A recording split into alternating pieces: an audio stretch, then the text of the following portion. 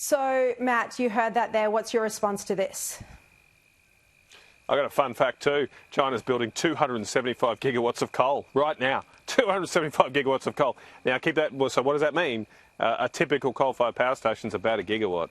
So, they're building roughly 275 coal-fired power stations right now. It's a 10-year high for China in terms of coal-fired power constructions. Australia's coal-fired power fleet is 22 gigawatts, so they're building 10 times the amount of coal we have here in Australia.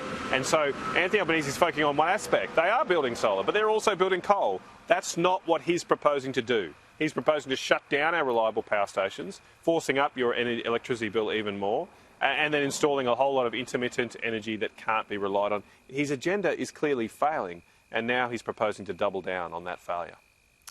The business community in Australia either seem to be welcoming this new target, or if they're not welcoming it, they're not coming out against it. Now, Judith Sloan wrote a great piece in The Australian today. She said, it's important to correctly interpret the response of business to this announcement.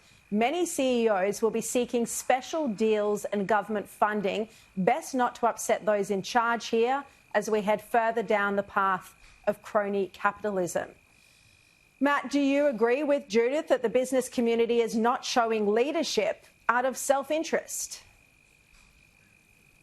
Look, I think it's a range of things, and I suppose, yes, but it depends what that self-interest is. There are some big businesses that are making a lot of money out of this. They're making a lot of money out of energy prices being higher for you. I mean, when you're paying your power bill, that's going to somebody. That money is going to lots of big businesses who are making bank on the back of the higher energy prices. So, of course, they're applauding that. There are other businesses that are applauding the need to buy a whole lot of new carbon offsets. A new carbon tax is being introduced with this policy today, a massive new carbon tax that you've outlined, massive carbon prices, and a whole lot of banks are going to make a lot of money selling pieces of paper, selling carbon credits. And that cost will be imposed on you, but the banks will make more profits. And then, of course, there are those other businesses that, as you say, are just gun-shy. They know that if they speak up, they'll be punished, they'll be hit, and so they don't.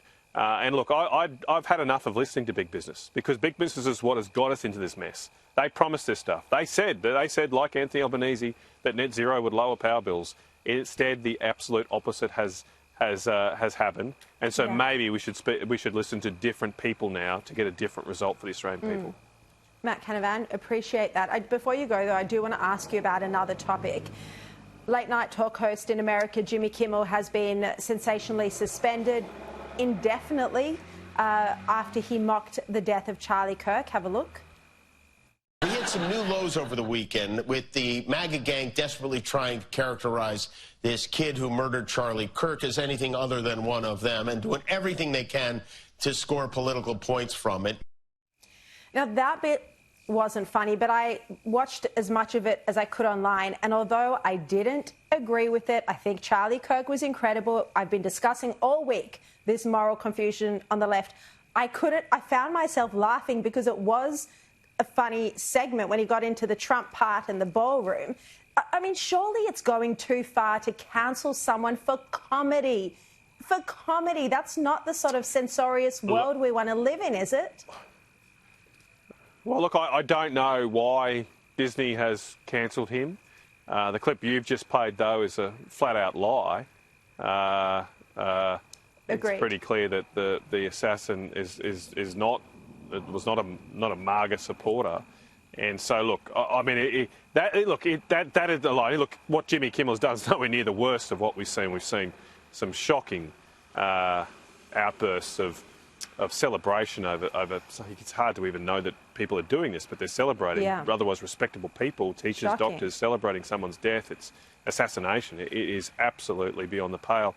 So Jimmy hasn't done that, but spreading those sort of untruths in such a volatile political climate in the US, I don't think is something to be proud of. And but look, surely it's you wouldn't serious think he response should be from Disney. axed. But look, well, if that's the reason they've done it, I wouldn't be against it. Oh, well, as I said, I don't know about the comedy. I haven't watched those parts and didn't think Jimmy Kimmel was funny in the first place. But look, Matt, you for free speech? But Matt, you're for free speech. Surely you wouldn't agree with someone being sacked for saying something off colour. Well, it's not.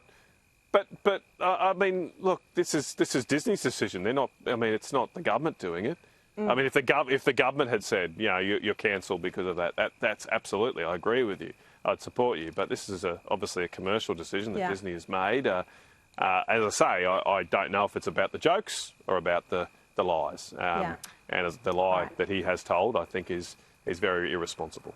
No, and I agree with you. And just to be clear again, in case everyone has missed every other one of my programs this week, I've done long 11-minute editorials saying how wrong the left is for celebrating his death. I just don't think someone should be cancelled for comedy, and the rest of the skit was kind of funny.